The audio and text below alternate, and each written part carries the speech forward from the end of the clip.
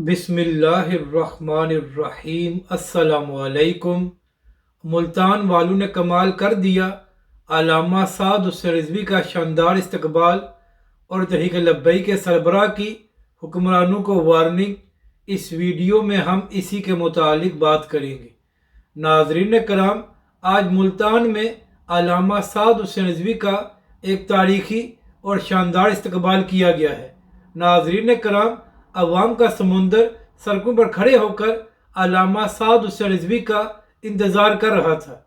तो जैसे ही अल्लामा साद हुसैन रिजवी वहाँ पर पहुँचे हैं तो अल्लामा साद हुसैन रिजवी के ऊपर फूल बरसाए गए हैं और उनको वेलकम किया गया है। क्योंकि नाज़रीन कराम, अवाम भी जानती है कि जून के महीने में अल्लामा साद हुसैन रिजवी पाकिस्तानी अवाम की खातिर मैदान में आए हैं और मुश्किलात को बर्दाश्त कर रहे हैं। यही वजह है कि जहाँ से भी अल्लामा साद हुसैन रिजवी और तहरीक लब्बैक पाकिस्तान का यह काफ़िला गुजर रहा है तो पाकिस्तान की अवाम उनको वेलकम कर रही है।